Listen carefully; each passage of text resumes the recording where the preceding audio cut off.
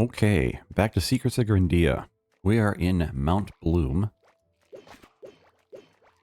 And there's a lot of poison here. It's really obnoxious. But if we grab this guy, pull him all the way over here, we'll scare this other guy. And that's not working. I probably have to trigger a quest.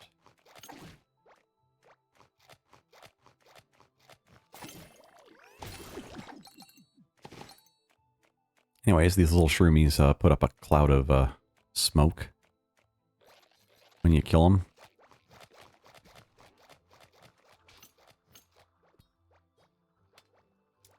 So that's the guy in the right side corner there that's afraid of shroomies. We'll be using that later, I guess.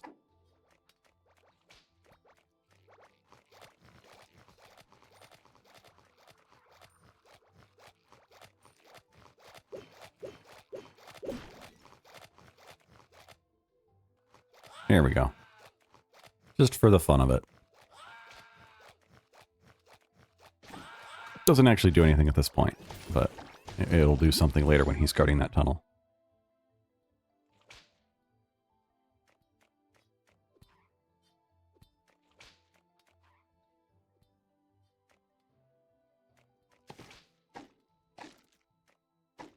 Now, talking to Dr. Jones here with the whip. Totally not a reference. He did give us a quest. And he wants this crystal cut up. We do need to trigger that. Eventually here. As I wander around. At the time of filming, I forgot that he triggered a quest.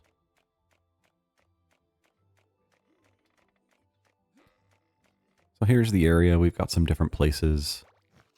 We'll fight a boss here later. Kind of a boss.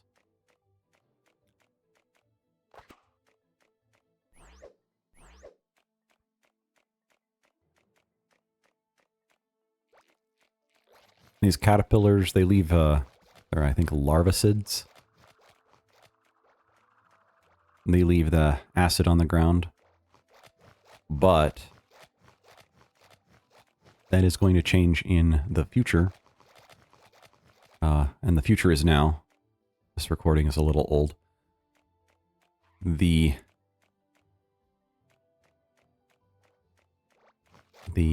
acid trail is now limited to when they're angry.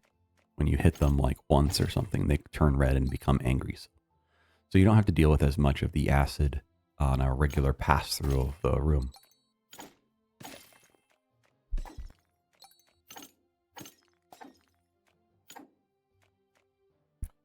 I actually really appreciate this change.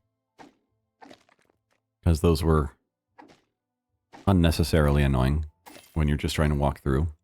Because the poison damage is kind of high.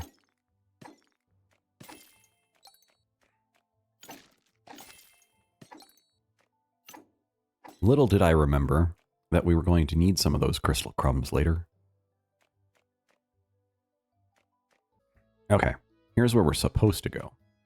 Back to town, we're supposed to go talk to this gal, Katarina, who has racked up an impressive water bill at this cafe.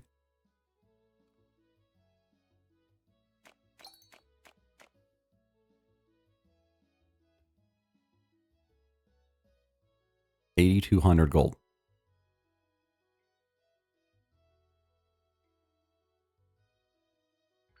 So naturally, we pay that to move the story along. And she'll help us with Dr. Jones's request of cutting up this crystal.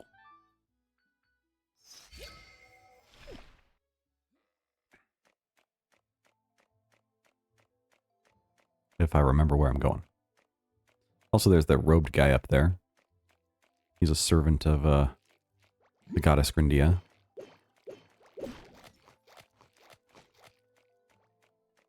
There's some other stuff up here. We'll have to do a quest up here later. quest that I will be skipping for the video, as I did not record it. But there's a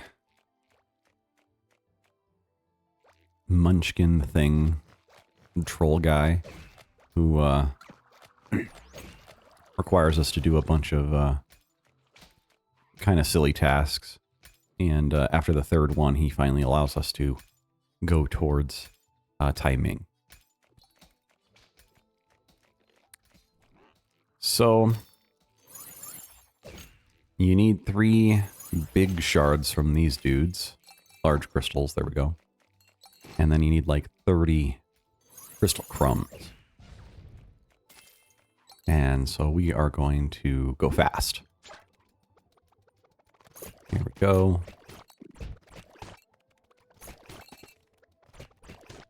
If I had some soundtracks, I'd probably play them right now. Some Benny Hill music.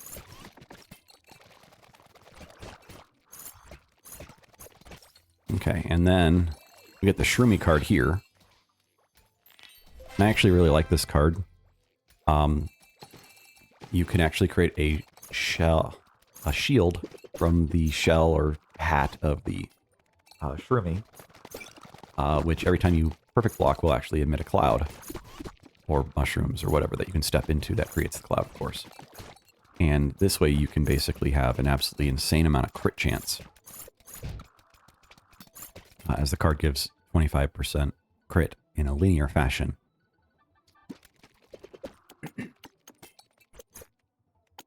So we need these little crystals. We'll just go back and forth doing that. I do cut that a little bit in a second. But we need 30 of them. You get the idea. But yeah, the Shroomy Cloud is kind of neat for an interesting little playstyle there. Last one. There we go.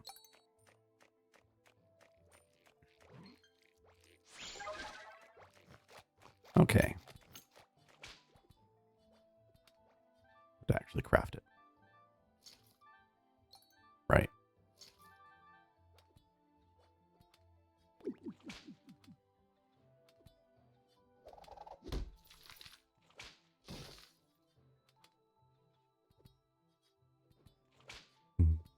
Dr. Jones is not too bright.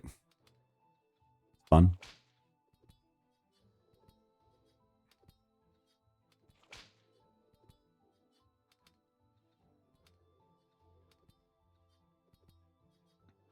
And Bag is not too bright either. He likes treasure.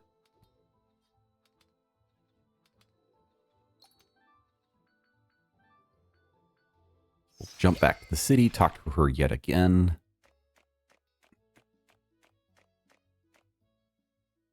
Also, I find this balloon extremely creepy. It's just too human of a face, just like right there. So these are some caster shoes. Has cast speed, magic damage, and a special effect. I believe the special effect is that you like charge up really quickly, or that you can move faster while you're charging, something like that. Probably move faster while you're charging.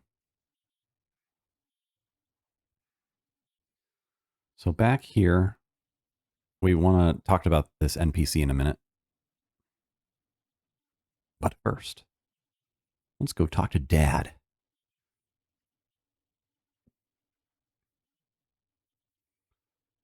So Ivy's looking for something in timing. Timing is the next area that we're going to be going to.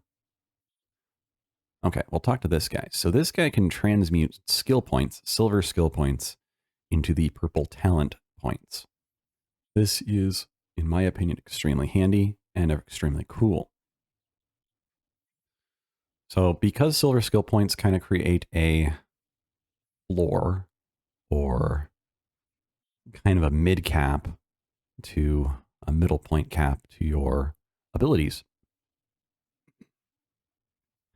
you can have level 5 of any ability with silver skill points, or you can have any of the like utility stuff here up to level 3. And so you can have a lot of skills running around at like kind of 50-60% capacity. You need the gold skill points to actually cap them out.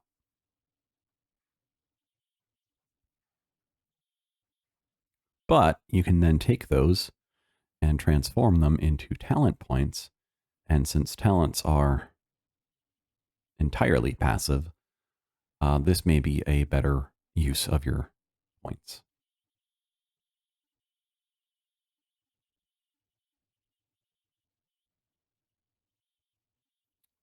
So I can only afford 2 here, but I'll make use of them. So because you can get stuff like evasion or crit chance or burn on hit or freeze on hit, there's a lot of talent points. I want to say there's something like 90 talent points that you can do. So we'll go back to Mount Bloom. And this time, the right person is sitting in the doorway.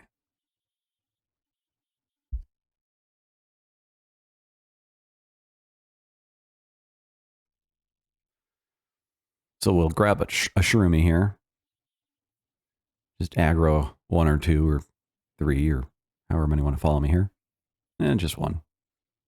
In the long term, just 1.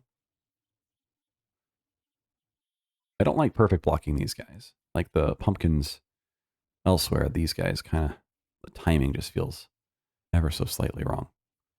Anyway, this guy's going to panic and leave. We're going to go through this cave and we're going to be going into not a fun little zone here, but lots of poison damage. It eventually eats away my shield, and there are crystals you can open up. So something that's kind of actually frustrating is a lot of the interactables, the breakables. They actually require you to hit them twice, no matter what your weapon is or how much damage it does.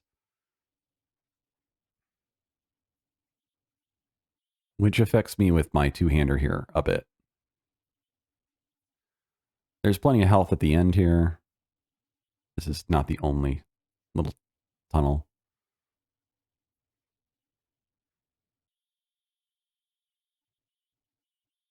As you can see, I got a little obsessive about overfilling my health, which is completely useless. Anyway, 1,000 years ago, this facility was built, apparently, or last run.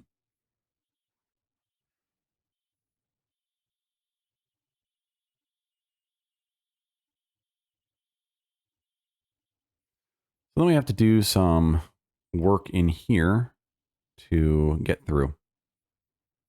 There are some secrets in here, if I recall. Just like a couple.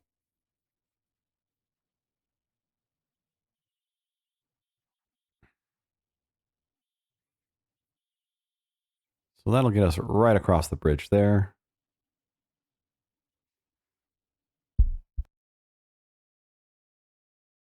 And more poison.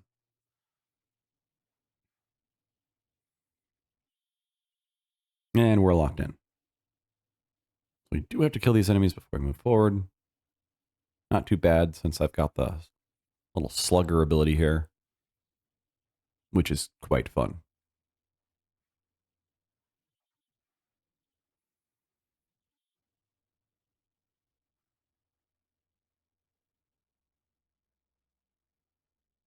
This room's not too bad. There we go, and we're done.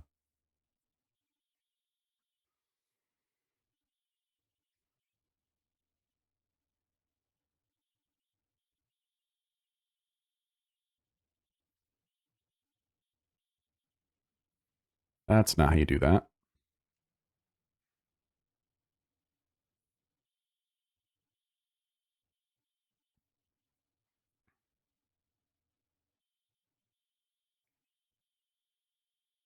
We just go over, and I missed it. Let's try that again.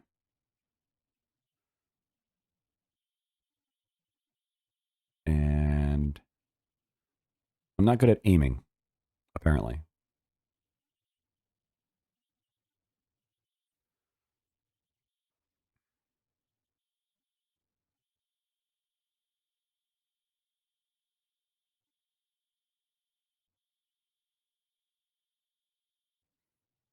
Just analyzing the patterns here a little bit.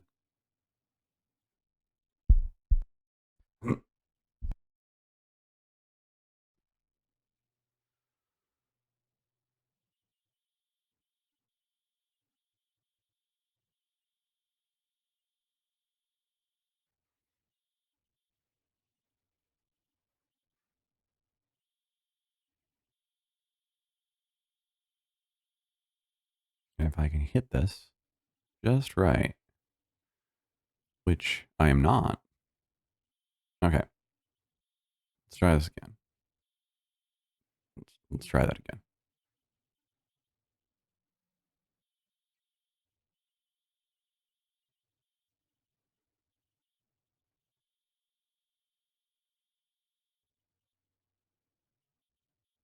Let's just go north.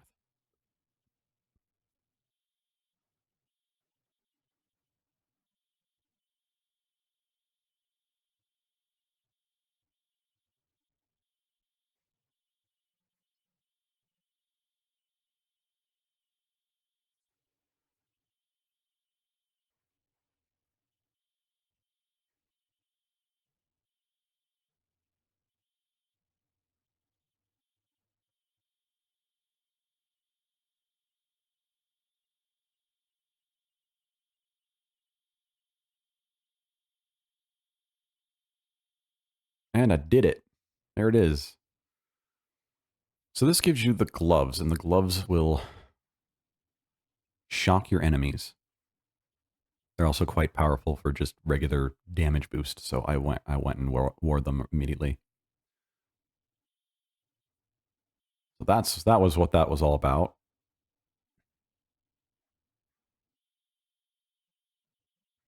Now these can spin. If you time it just right, it's actually not that hard.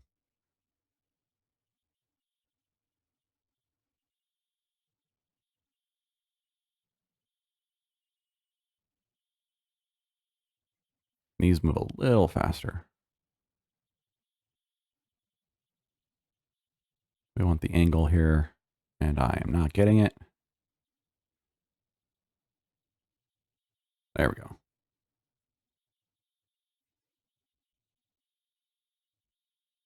Yeah, we're out. We're free. And another tunnel.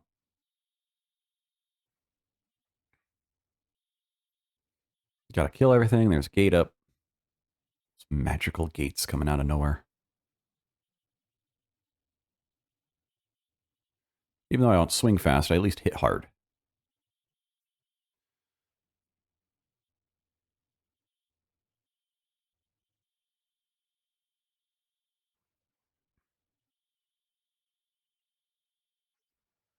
So over here, there's a treasure chest. It is, I think, just a cosmetic, though. Yep. Little picture you can put up on the wall or whatever.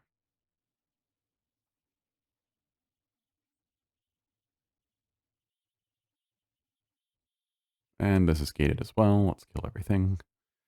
Kill it all. And do it quickly, because I'm running out of health.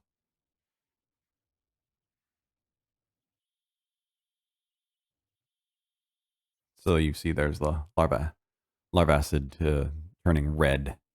So that's when they'll do this in the now updated game. They won't have the poison trail all the time.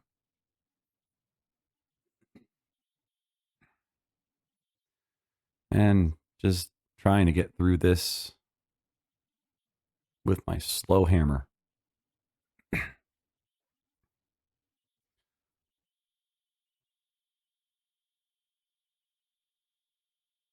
do plan on moving through Grindea a little faster. I did one run of Diablo 2. I've done some runs of Hades. So I figured I probably want to finish this run and just kind of move on. I'll keep covering news if there is any.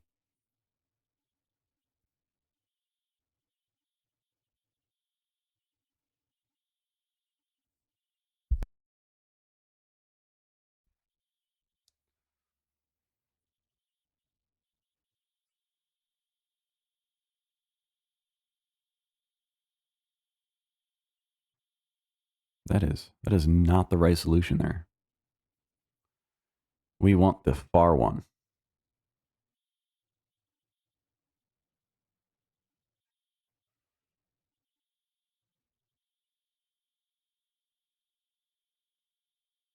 There we go. That's the one we want.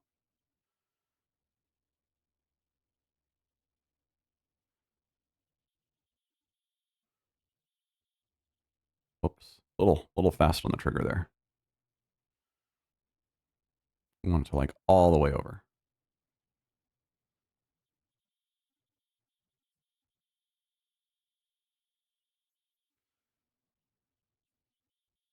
You just want to kind of swap these around a little.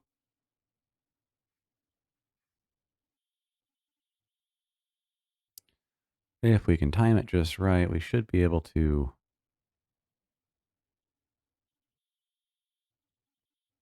Come on. There we go. And no, that was bad.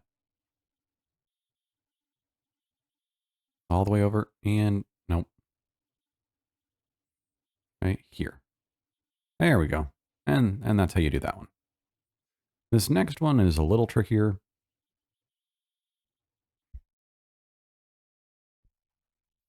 The mirrors themselves are part of the puzzle. So you have to move the mirrors.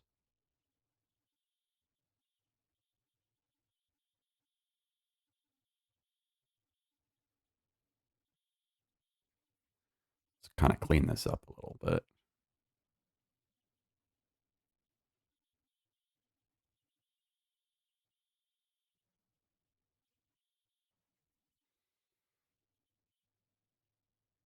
Thinking.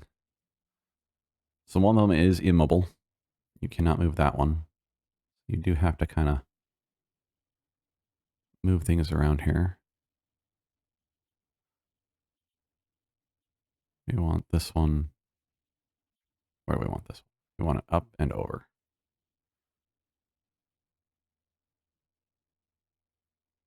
That'll work.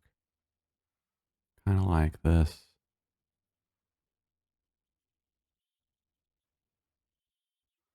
Is that good enough? It is good enough. And we're through.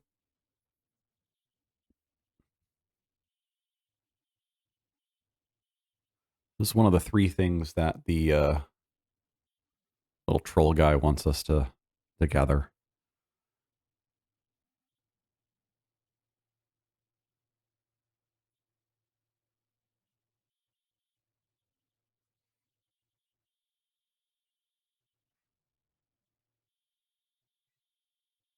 As you can see, they definitely did not prorate these hits to a heavier weapon.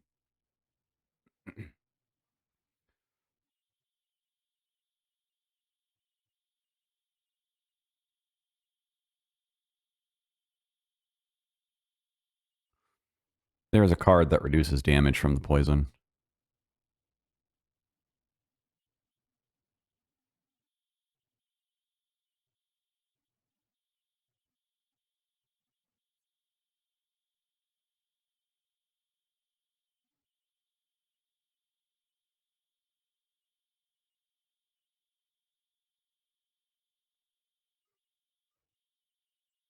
Did I miss something?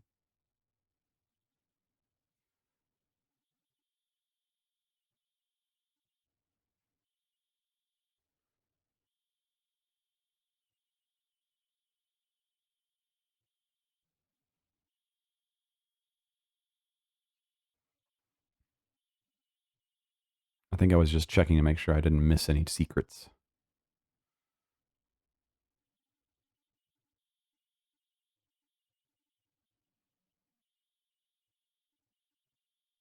There it is. That's the secret I missed. So the red emitter matrix will allow you to go to your crafting selection and craft a red laser sword. It is a little bit better than the green laser sword, and thus kind of worth it if you're going for melee damage, one-handed damage.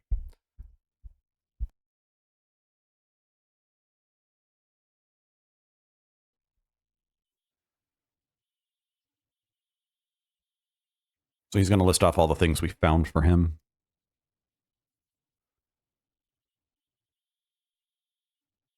"500 attack damage and 500 magic attack.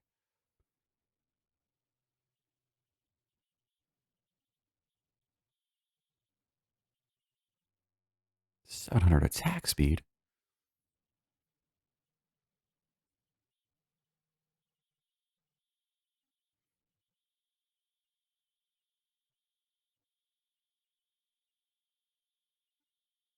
This thing would be invaluable."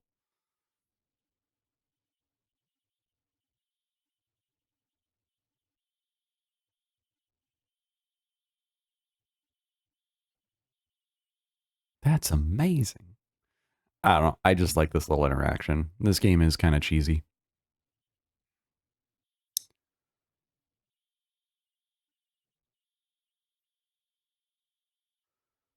And it's a fake keyhole.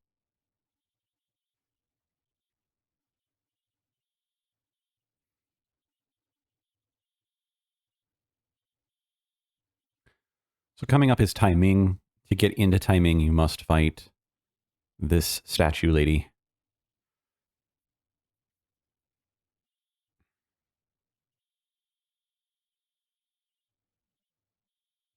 This is a pretty hard boss. I believe it took me 4 tries this run. I did find it, as I'm finding much of the game, to be kind of difficult with the two-hander. I am using the heaviest two-hander I can find. It is negative attack speed. You have kind of a small area to fight her in, the Cursed Priestess. And she has floating fan blades at all times, somewhere on the scene. And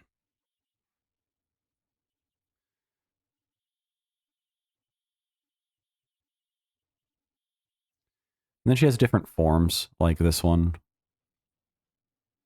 where she just kind of boomerangs these blades back and forth.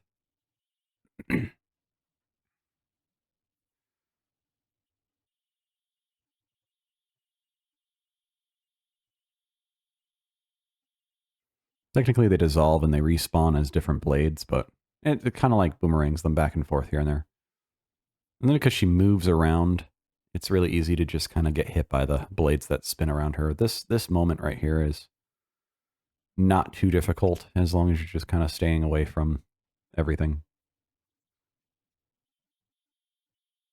That little electric, that chain lightning that I did with my arrows, that is from the gloves I found in the teleporting dungeon.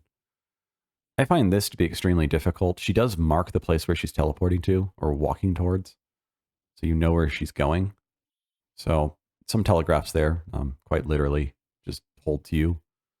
But it is still extremely risky to hit her in a lot of these phases. She also grows a shield. That shield also acts as a timer for many of her moves. So the harder you hit her shield, the faster you move through the phase. Right here, I can get a couple hits in. We're just playing kind of jump rope with this. You can also just tank a hit if you really want to. To just keep swinging.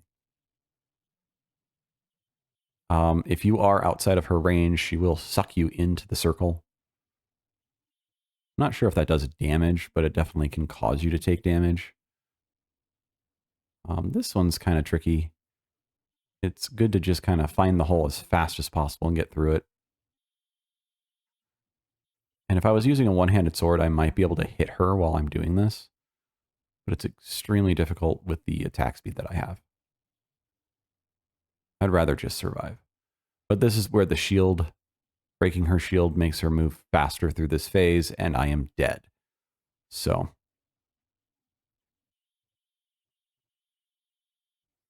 let's try it again.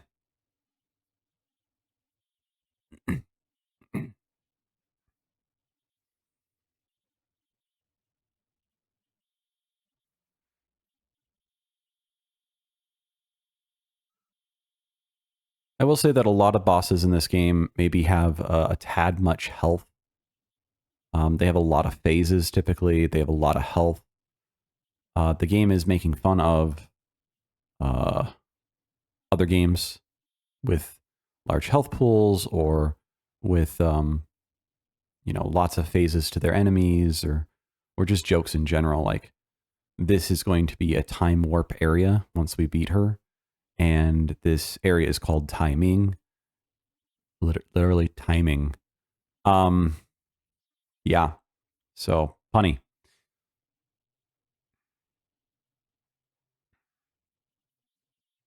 And she's like the angry ghost of someone that's actually kind of important in the zone.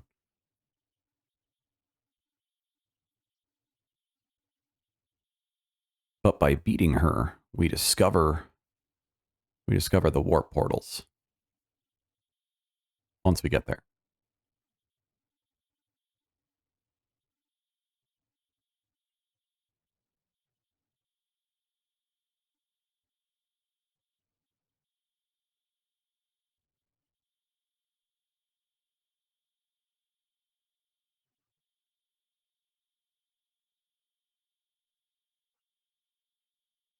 So the shield is definitely my biggest ally here. In a late game or end game fight, they actually nerf the shield and nerf the health potion, and that apparently caught people off guard. I have not fought the final boss yet. I will probably actually end up fighting it on this character. Maybe I'll play it on another character first, but no strong importance to me either way. So I'll get to experience the last dungeon a little bit with YouTube. So here's another one where she spins and moves at the same time. So it is good to keep kind of near her center, but not too close because there is a blade underneath her. You can hit her in this, which will speed it up, but good luck if you miss, like I just did there.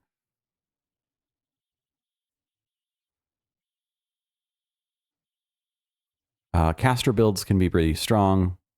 This is really not a fun little zone or phase that she does. She sends them out. They seek out a spot. Sometimes they seek you out. Otherwise, they just draw lines on the ground. We're not even halfway here.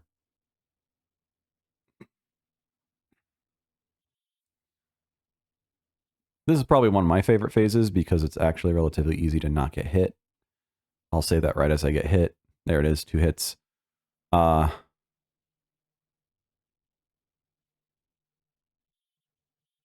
Again, it just speeds up her phase if you hit the shield, so you're not getting a whole lot of damage in a lot of these phases, which can feel kind of bad, I guess. You're just kind of speeding through the phase more so than actually dealing damage. I'm getting hit by way too many things here.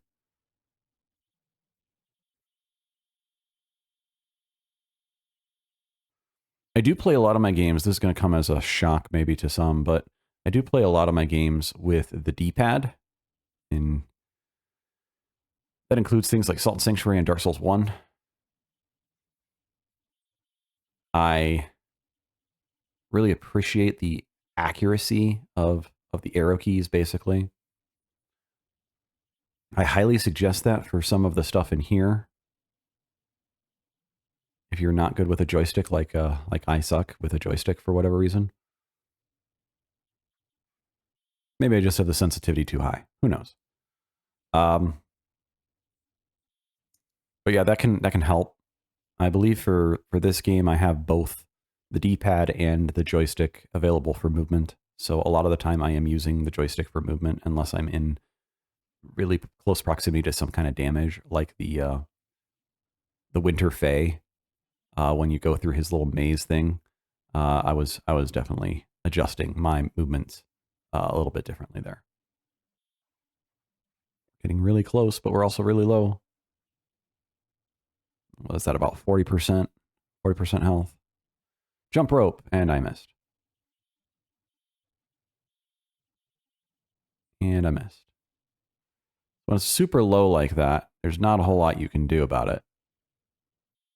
Unless you have like crazy movement, such as like the dash on the one-hander. You can probably do some different things with that. do like a bronze dash and be safe.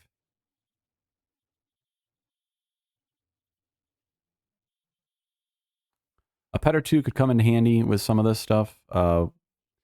This build is very much just pure damage. But if I was playing this smart instead of kind of stupid,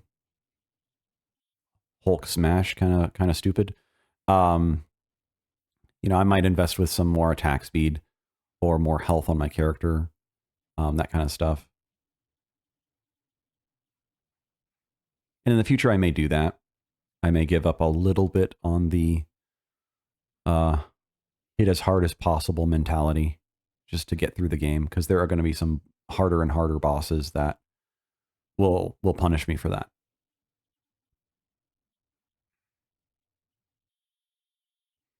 And the damage bonuses that I'm getting right now are not. That's the end of that run. Okay, we'll see you next time. We'll beat her for real.